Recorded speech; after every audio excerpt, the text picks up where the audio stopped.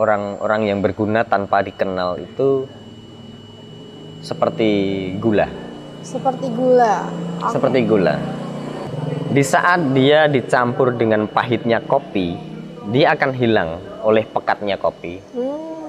Tapi dia cukup bisa dirasakan sama peminumnya. Setiap orang itu pasti akan menjadi tua, itu suatu hal yang pasti. Yes. Tapi untuk menjadi dewasa itu sebuah pilihan.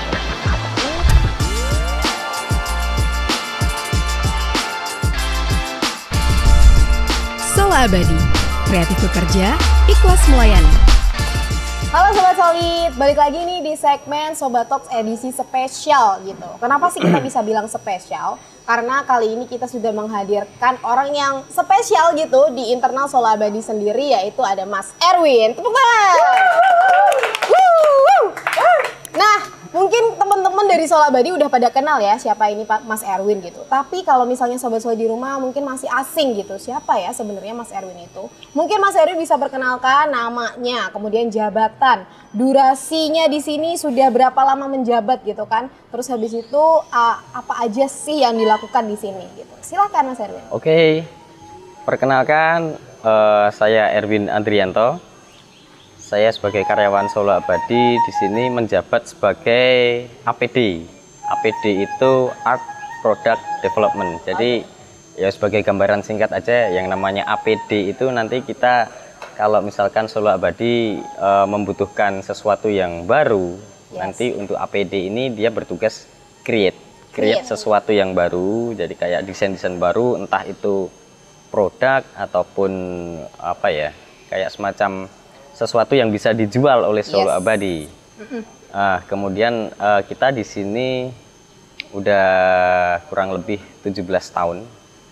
Tapi pada waktu saya 17 tahun awal itu sebenarnya bukan pegang itu apa namanya, jabatan APD, tapi pada waktu itu kita sudah mulai melewati banyak posisi. Jadi kita dulu awal itu mungkin saya juga sebagai operator biasa. Kemudian berjalan lagi saya mulai pegang PPIC. Kemudian di akhir-akhir ini mungkin baru berjalan kurang lebih berapa tahun ya, mungkin sekitar 5 tahunan kali ya. Itu kita mulai kebetulan pimpinan kita itu bisa merasakan atau punya intuisi yang bagus mengenai potensi karyawannya. Kebetulan sebelum di sini, saya dulu background pendidikan saya itu di sebuah perguruan tinggi negeri swasta, perguruan tinggi negeri ya, di Solo ya, UNS. Dulu saya belajar tentang desain. Kebetulan di situ saya masuk di jurusan sastra dan seni rupa. Waktu itu saya mendalami di jurusan desain interior. Nah, dari basic itu kemudian ini kok banyak kayak gini ya? Gak apa-apa ya? Santai aja ya. Dihiraukan aja Mas Erwin. Silahkan, gimana Mas Erwin? Di desain interior itu kita belajar banyak mengenai yang namanya kayak rasa apa ya, bisa dikatakan kalau seni itu dia kalau orang awam itu mungkin kurang bisa merasakan yang namanya kayak feeling mungkin tentang warna itu. Misalkan kalau warna itu semuanya, kalau kita nganggapnya warna itu semuanya bagus, tapi kalau diaplikasikan secara acak atau mungkin tanpa rasa itu nantinya jadi amburadul. Nah, itu yang kita pelajari di dunia semacam itu. Nah, kebetulan pada waktu saya masuk di sini 5 tahun belakangan ini, pimpinan kita Pak Dian Untoro itu merasakan kalau saya sebenarnya punya background di situ, saya punya rasa di situ. Kebetulan pada waktu itu kita mulai kaderisasi untuk jabatan yang masih saya pegang, yaitu PPIC. Kemudian kita mulai kader untuk PPIC ini, kita mulai menggeser sedikit demi sedikit. Kemudian kita mulai mengajarkan PPIC itu seperti apa, harus seperti apa. Setelah dia bisa mandiri, saya mulai masuk di ranah APD ini. Oke.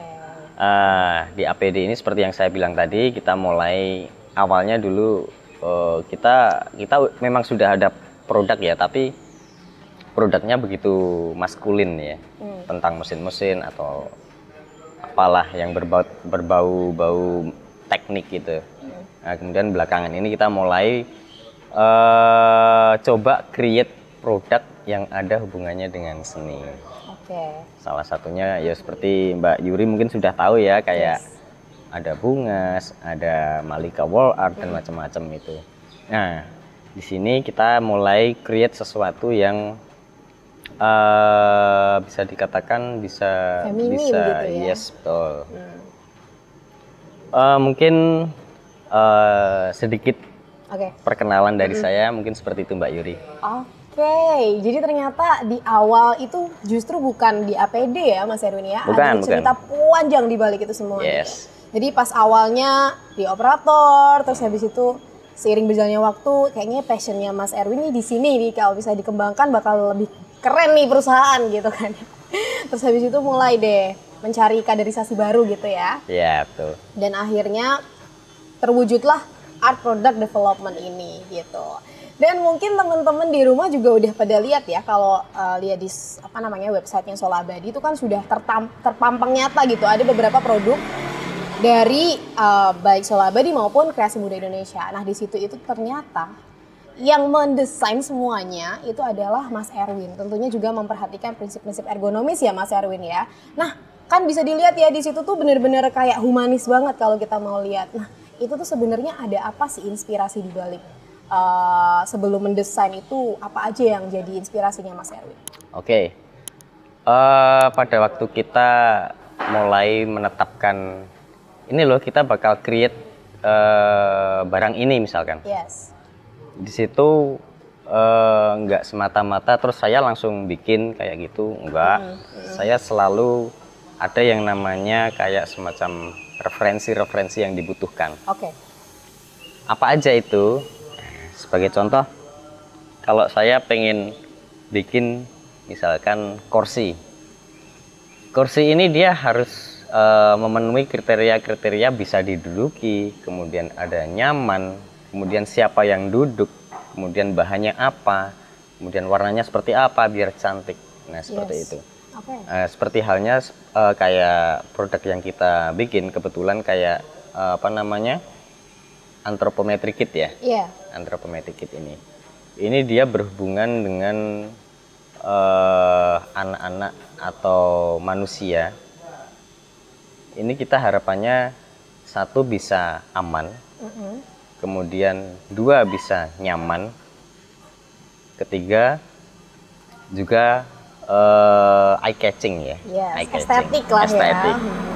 Nah di situ bisa kita sebenarnya dari sebelum apa yang saya sampaikan ini ada banyak pertimbangan juga sih. Apa jadi gitu, pada waktu kita bikin produk itu semata-mata saya nggak bisa yang namanya bikin produk itu sak karpe dewe. Oh ya. Sak karpe dewe.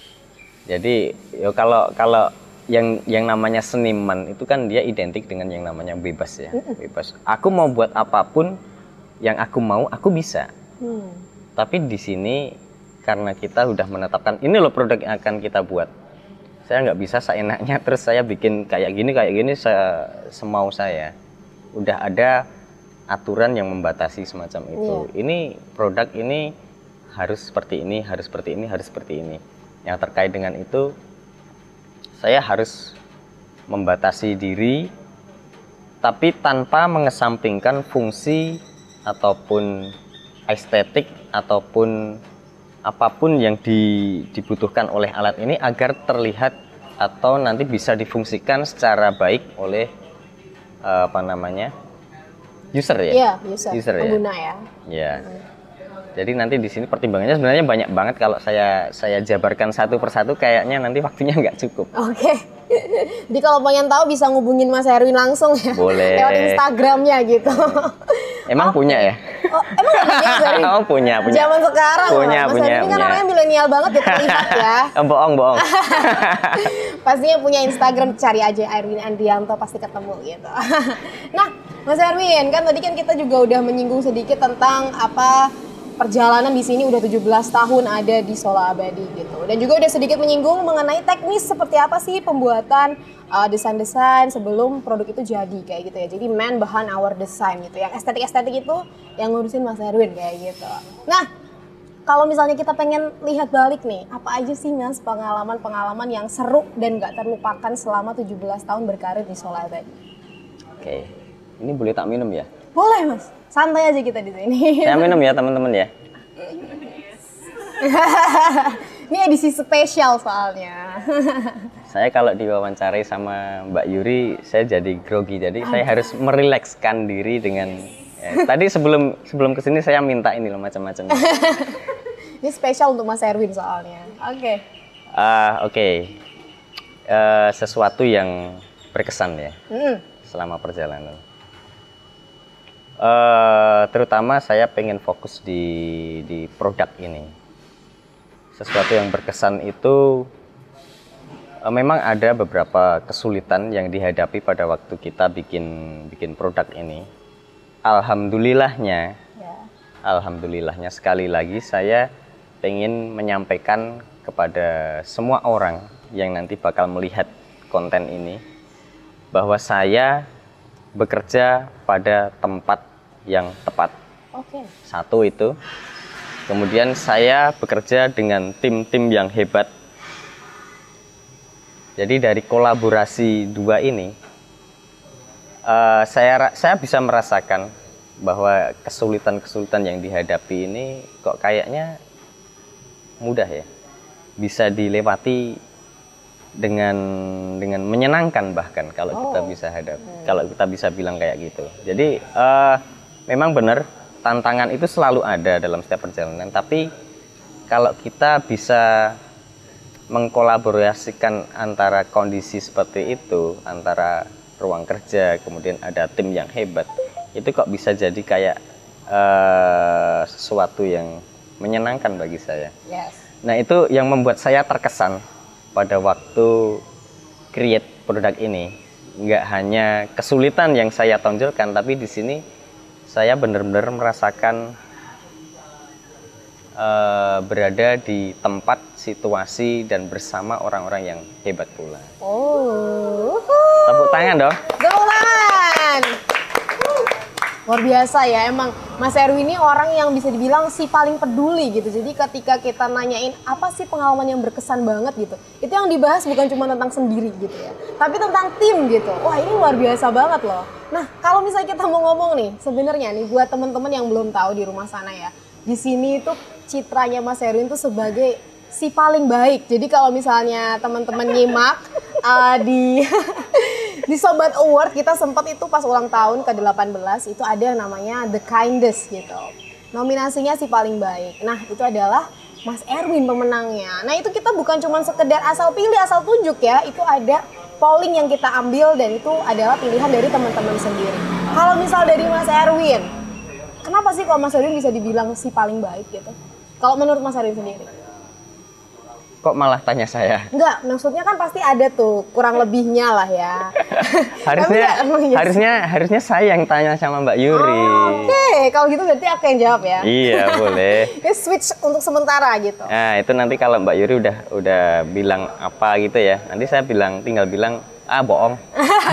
bohong. Oh, tetap low profile guys gitu ya. Jadi emang banyak banget testimoni dari teman-teman itu yang bilang kalau Mas Erwin itu baik banget gitu. Tapi sebenarnya kurang lebih kita semua bisa di sini setuju ya.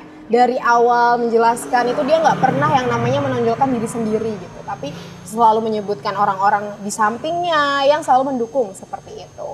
Nah, selanjutnya nih Mas Erwin, kita kan udah agak-agak haru gitu ya. Kalau misalnya kita mau ngomongin tentang hal-hal lucu yang terjadi di Sola Abadi, apa aja tuh Mas Erwin? Hal-hal lucu ya? Yes. Oke. Di sini itu kita rekan kerja itu. Sorry, saya nggak pengen menyudutkan yang lain atau mungkin perusahaan-perusahaan yang lain. kita cuma pengen open bahwa yang namanya Solo Abadi itu perusahaan yang menurut saya keren. Oke. Keren. Why? Karena di sini kita sesama rekan kerja itu kita apa ya? Jadi setiap karakter yang dimiliki oleh semua pekerja itu bakal bisa muncul di sini. Jadi nggak ada yang namanya kita batas-batasi. Wah, kamu harus kayak gini, kamu harus kayak gini, kamu potongannya nggak boleh kayak gini, kamu nggak boleh kayak gini. Kita punya style sendiri. Nah, itu yang kita bikin suasana kerja di sini itu seru. Oke. Hal-hal lucu itu pun nanti akan secara otomatis akan muncul di situ. Kita saling apa ya, bisa dikatakan kalau orang Jawa bilang ece-ecenan ya. Ece-ecenan. Yes. Ece-ecenan. Kemudian kita ya di kebanyakan tempat yang namanya perusahaan itu kan ada yang namanya cowok cewek kayak gitu ya. Oke. Ada cowok cewek ya, kita biasalah yang namanya kayak bercanda, bergurau, kemudian kebetulan ada yang serius. Nah, ya itu kan banyak hal seperti itu. Ya, contohnya seperti, perlu disampaikan nggak? Tidak perlu sih sepertinya.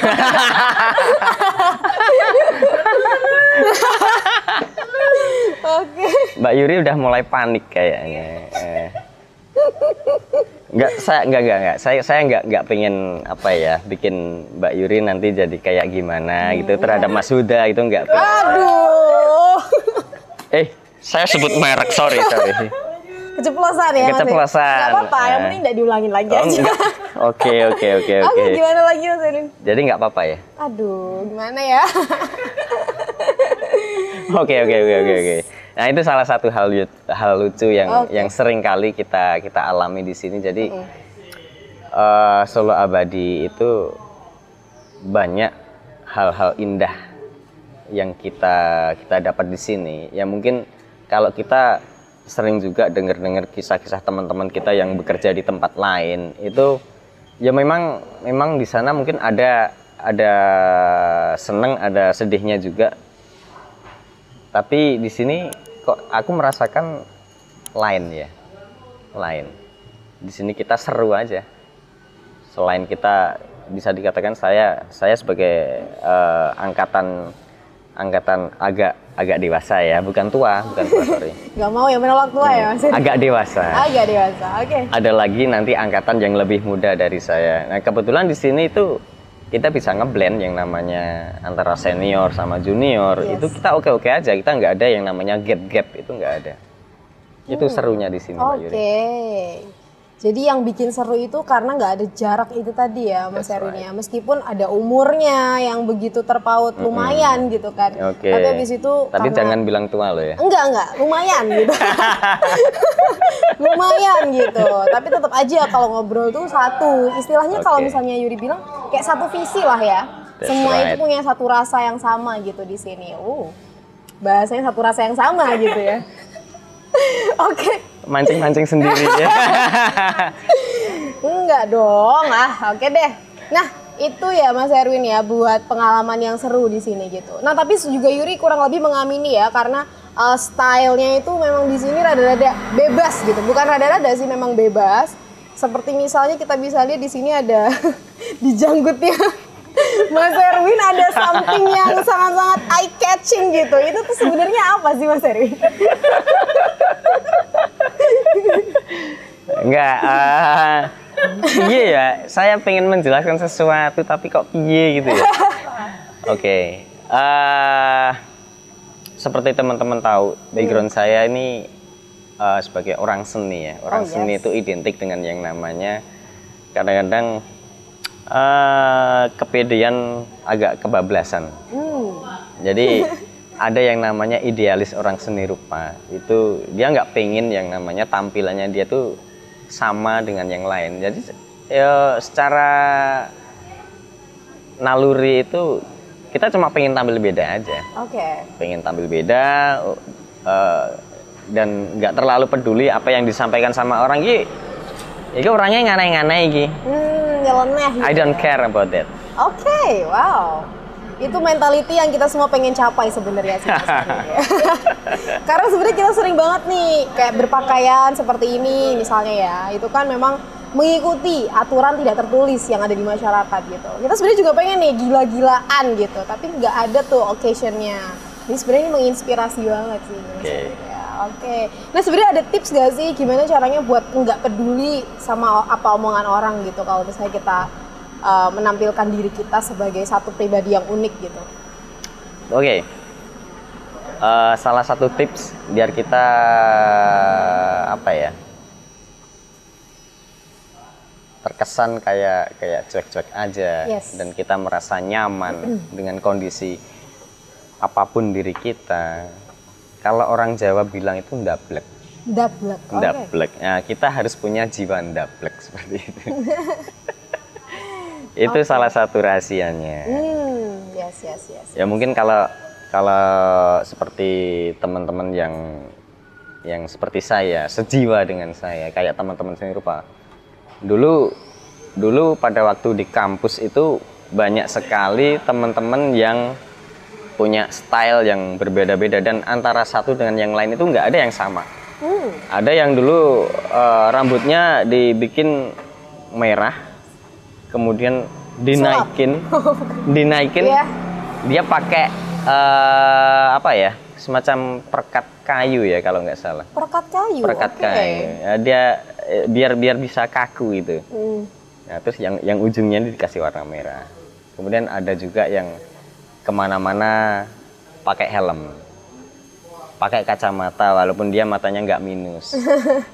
Ada juga yang dia apa namanya, pakai tas, tapi dia tasnya itu bukan tas yang seperti biasanya, enggak, tapi dia pakai tas itu tas dari celana.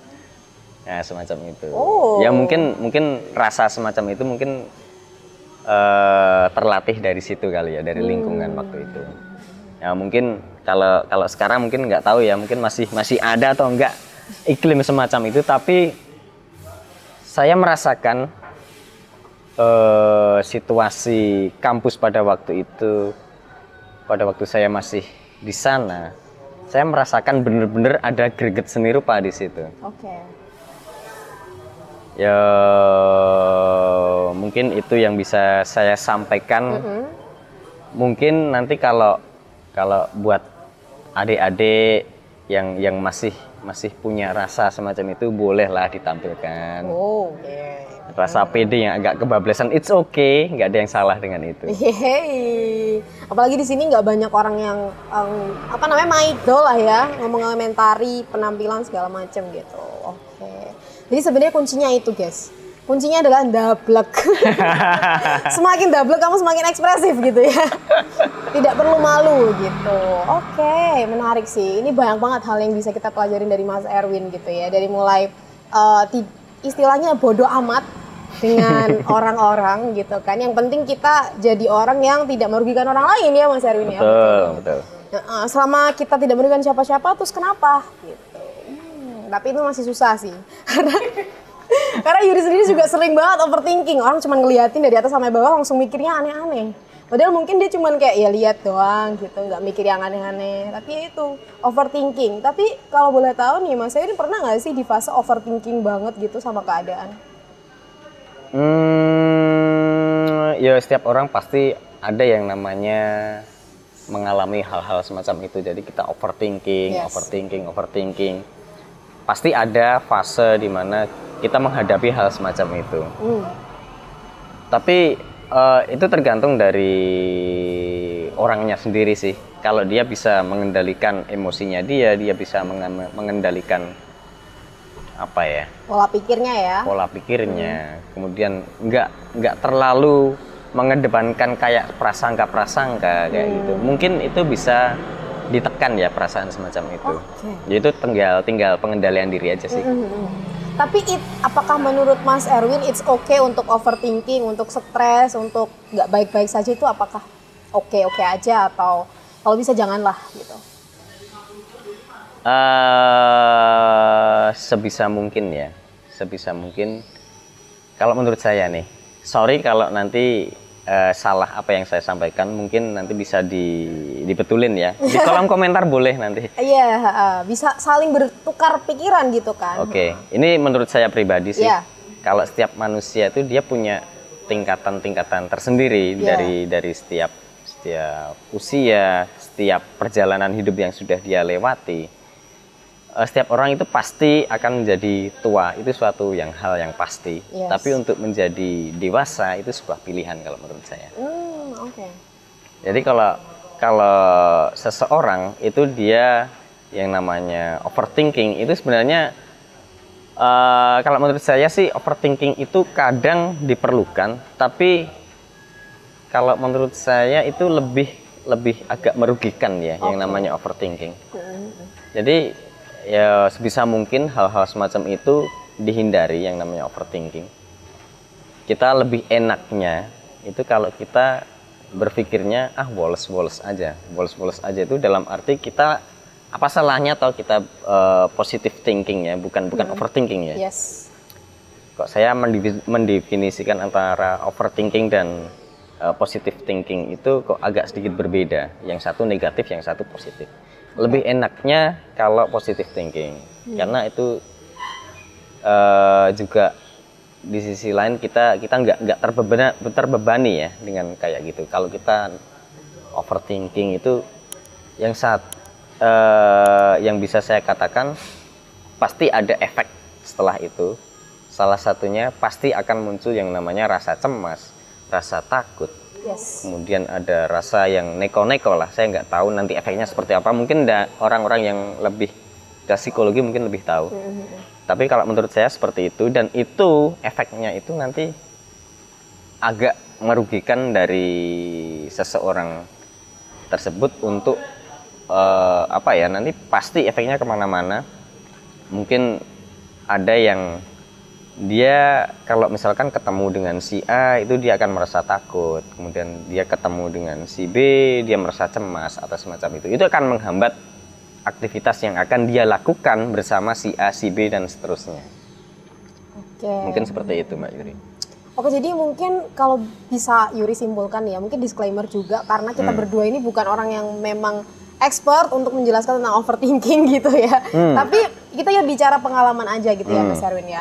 Jadi kalau bisa Yuri simpulkan dari omongannya Mas Erwin tadi, berarti overthinking itu ya boleh-boleh aja. Karena manusia kan ya stres, kepikiran itu pasti gitu loh, karena manusiawi.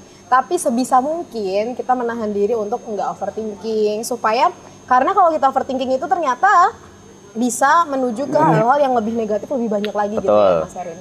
Oke, jadi ini buat belajar juga sih. Dan semacam itu sebenarnya bisa dikendalikan nanti di saat seseorang itu sudah mencapai level yang bisa dikatakan lebih dewasa.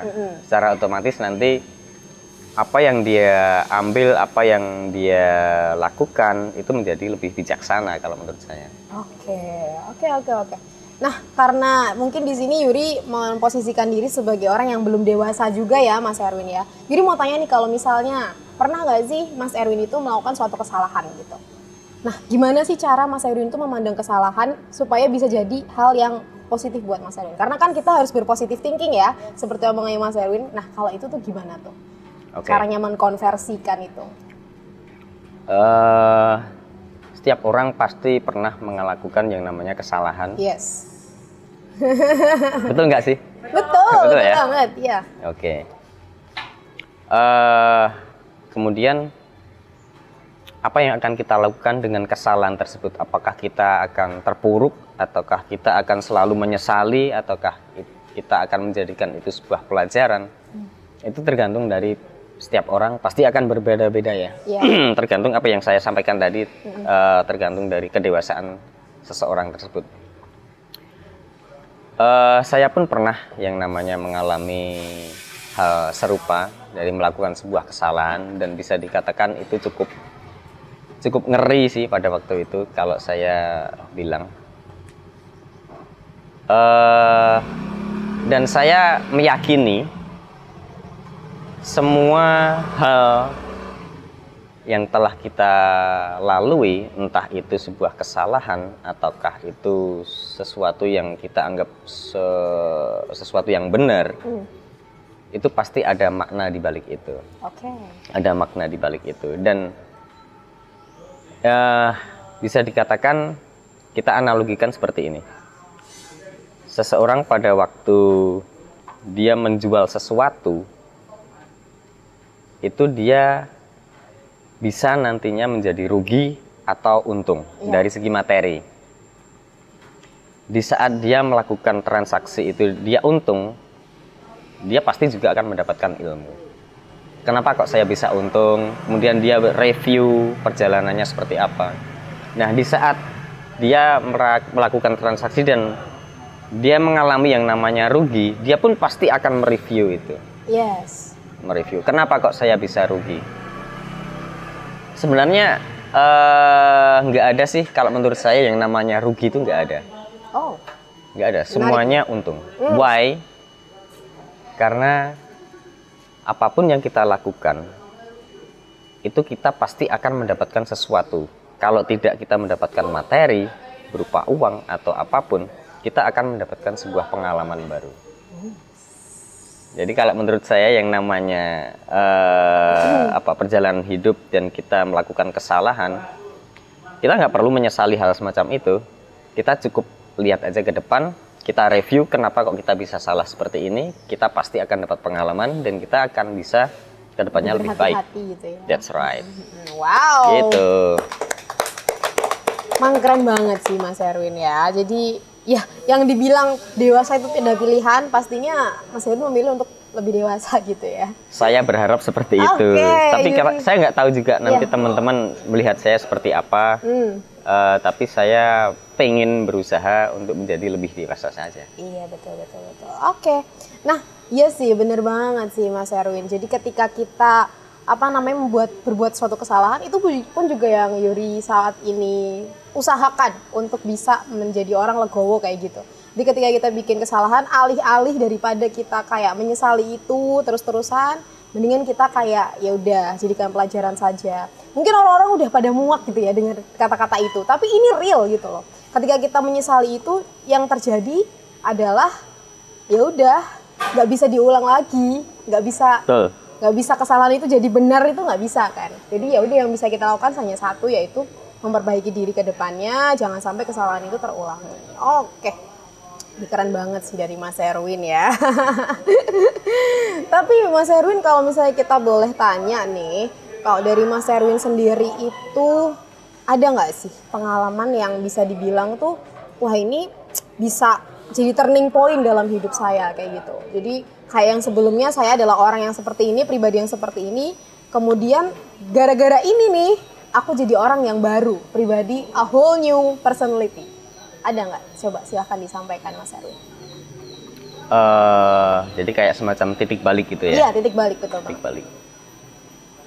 Kalau dalam hidup saya sebenarnya yang saya rasakan sih, saya banyak belajar dari teman-teman. Kalau mereka sering bercerita tentang kisah hidup mereka, itu banyak sekali hal-hal yang menarik bisa kita pelajari dari kehidupan mereka. Oke. Dan saya melihat, ternyata orang-orang itu mengalami hidup yang luar biasa. Mereka punya fluktuasi yang luar biasa. Ada naik turun, dan lika-likunya itu bervariasi. Dan kadang saya merasakan iri pada mereka. Iri. Betul. Karena gini, mereka banyak yang melalui perjalanan hidup yang luar biasa, melalui perjalanan hidup yang bisa dikatakan menempuh banyak sekali kesulitan, dan saya menganggap mereka tough banget. Ya, mereka tough banget, dan mereka bisa move on dari keadaan seperti itu. Bahkan saya merasakan iri. Iki tenan ya, uripku kok flat bae ya. Oh gitu. Betul.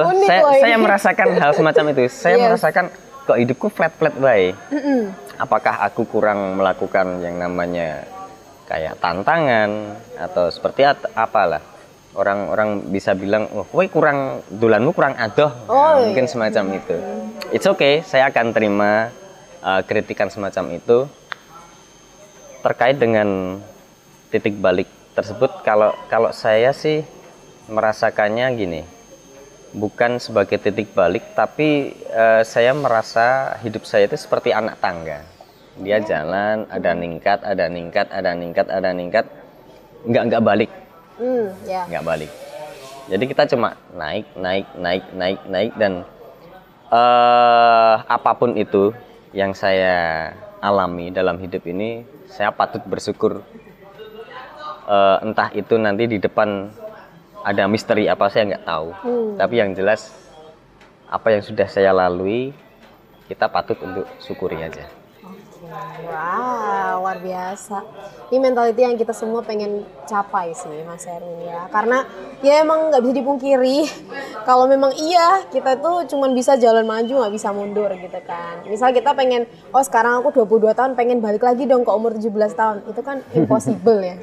Itu kan mustahil ya. Jadi ya udah, kita bisa bersyukur itu tadi ya Mas Erwin, supaya jadi pribadi yang lebih baik lagi dan pribadi yang baru gitu. Nah, itu sih menarik banget Mas Erwin. Ini kok jadi serius kayak gini ya? Sebenarnya kita pengen seru-seruan sih Mas Erwin. Tapi gimana ya kalau udah ngomongin kehidupan tuh somehow bakal ya serius gitu kan, adanya segala macam gitu. Nah, tapi kalau Mas Erwin sendiri nih menyikapi perubahan gitu kan yang ada di, pastinya kan kalau 17 tahun di Sola Abadi gitu kan, nggak selamanya apa yang ada di awal Sola Abadi itu sampai akhir itu ada gitu kan. Pasti ada perubahan yang apa namanya, perlahan-lahan itu istilahnya yang lama, budaya-budaya lama itu terkikis dengan budaya-budaya baru. Nah itu seperti apa sih Mas Erwin? Kalau misalnya Mas Erwin nih yang istilahnya sudah dari awal di sini menyikapinya. Oke, saya sangat sadar yang namanya perjalanan Sola Abadi ini dari awal sampai sekarang ini banyak yang namanya perubahan.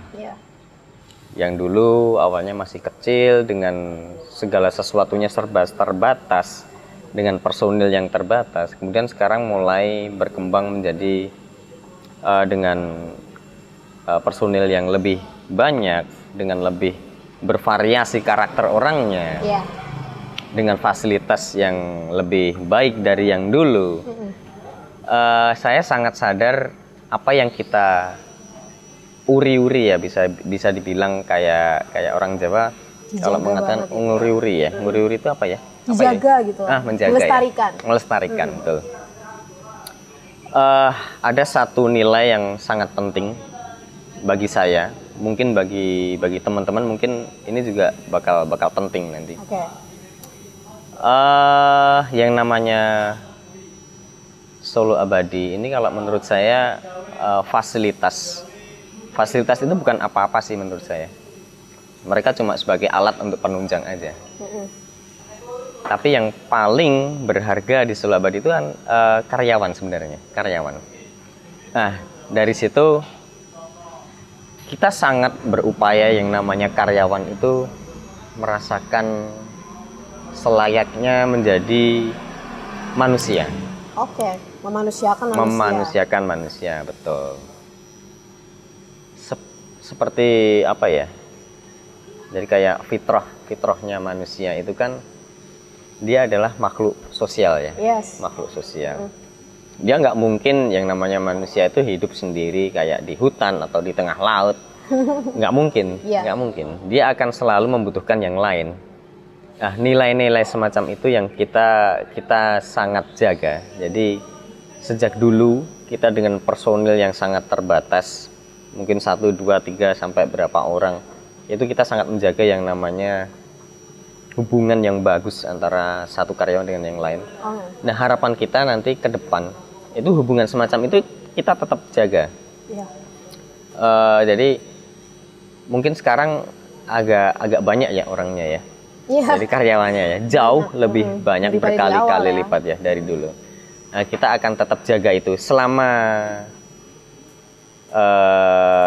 kita yang sudah senior dulu, selama kita masih ada di sini, kita akan tetap terus mengupayakan yang namanya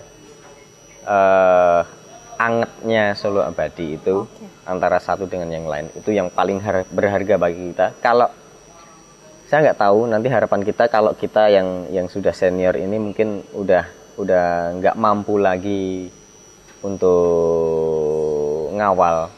Mungkin nanti harapan kita bisa diteruskan ya sama yang lebih muda, yang lebih passionnya itu lebih fresh. Oh.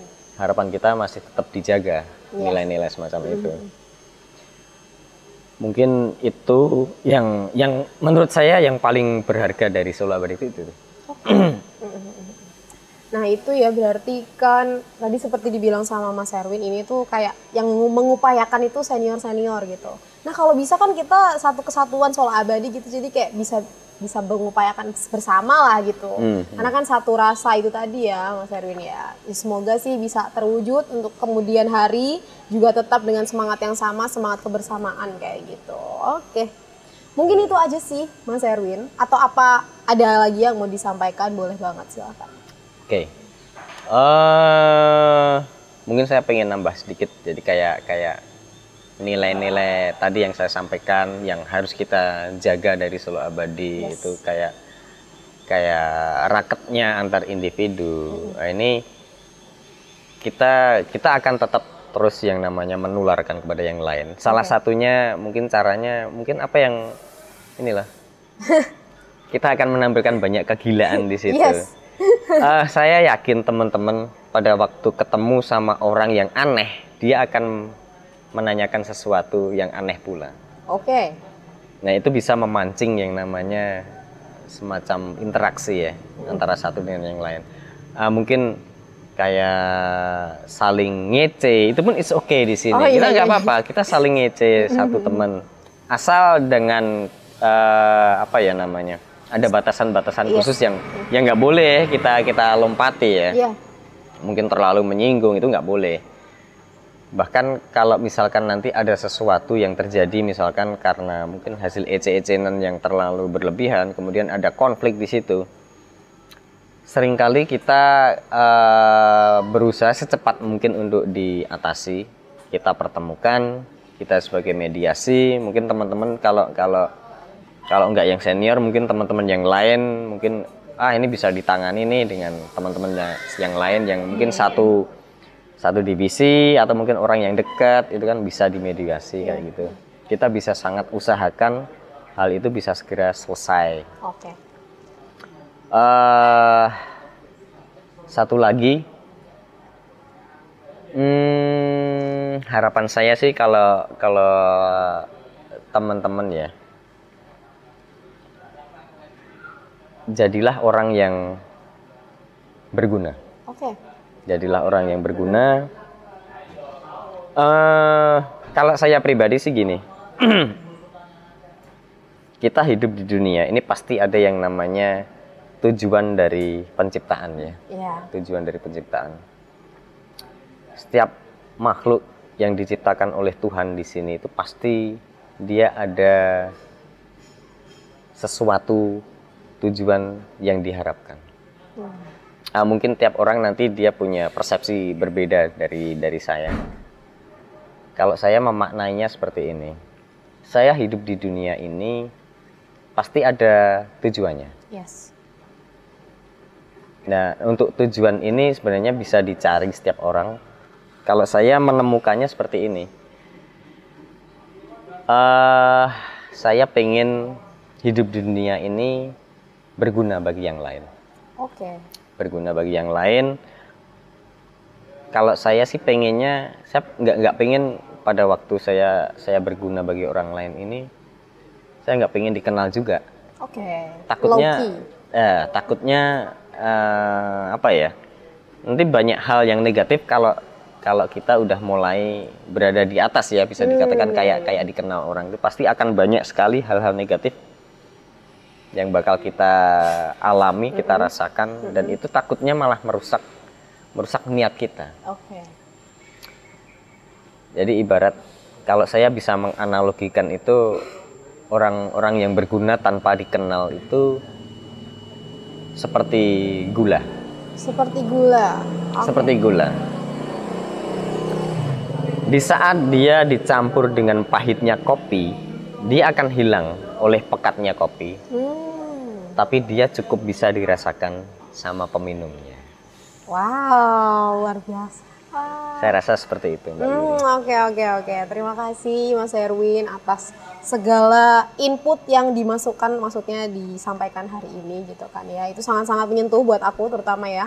Karena apa ya, bisa dibilang masalah-masalah yang tadi kita bahas itu adalah hal-hal yang umum banget kita alami seperti itu. Utamanya tadi ya, analoginya itu keren banget, kayak istilahnya jadi punchline untuk hari ini. Jadi kalau misalnya kita berbuat baik itu kenapa sih kita tuh nggak usah untuk terlalu menggembor-gemborkan itu, karena filosofinya seperti gula ya, semakin diaduk dengan pahitnya kopi itu makin hilang gitu. Hilang, tidak terlihat wujudnya, tapi rasa manisnya itu bisa dirasain sama si peminum. Wow, luar biasa sih. Sama itu sih tadi yang Yuri highlight adalah ketika ngomongin tentang perjalanan hidup itu tadi. Jadi banyak banget misalnya kita menjumpai kesulitan atau mungkin hal-hal tantangan hidup yang begitu berat gitu ya. Tapi kalau kita berhasil melaluinya, berarti kita bisa jadi orang yang lebih besar dari sebelumnya. Dan itu aku terus habis itu keinget sama satu quotes bilang kalau misalnya what doesn't kill you makes you stronger. Jadi ketika kamu nggak mati, ketika kamu dikasih tantangan itu, kamu bakal lebih kuat dari sebelumnya. Betul. Oh wow, luar biasa banget. Hari ini aku rasa awalnya aku mikir pertemuan hari ini aku dengan Mas Erwin itu bakal menjadi hal yang sangat-sangat kocak gitu kan ya. Tapi malah sebaliknya loh, banyak banget hal yang bisa Yuri ambil dari Mas Erwin gitu kan. Dipelajari dari Mas Erwin, sosoknya yang begitu santai gitu ya. Bisa dibilang cuek gitu. Tapi ternyata di balik kecuekannya itu banyak banget rasa-rasa yang tertimbun gitu. Seperti manisnya gula gitu. Malu aku. Oke, terima kasih banyak Mas Erwin sudah membersama sama-sama. Yuri di sini di Sobat Talks edisi spesial banget gitu kan. Semoga nanti ada kesempatan-kesempatan lain di mana kita bisa kolaborasi bareng, seru-seruan bareng lagi. Mungkin itu aja. Terima kasih sudah ada di sini Mas Erwin. Oke, sama-sama Mbak Yuri. Sebelum kita akhiri mungkin kita bisa salam terakhir gitu kan. Nanti kita lihat di kamera utama itu bilang kayak dadah Sobat Solid, keep smile gitu ya. Siap ya? Unyu-unyu banget. Unyu-unyu banget dong. Kan jiwanya muda terus kan. Oke. Gimana tadi bilangnya? Dadah Sobat Solid, keep smile gitu. Oke. Siap ya? Oke. 1, 2, 3. Dadah Sobat Solid, keep smile. Yeay! Luar biasa Mas Erwin. Sola Abadi, kreatif bekerja, ikhlas melayani.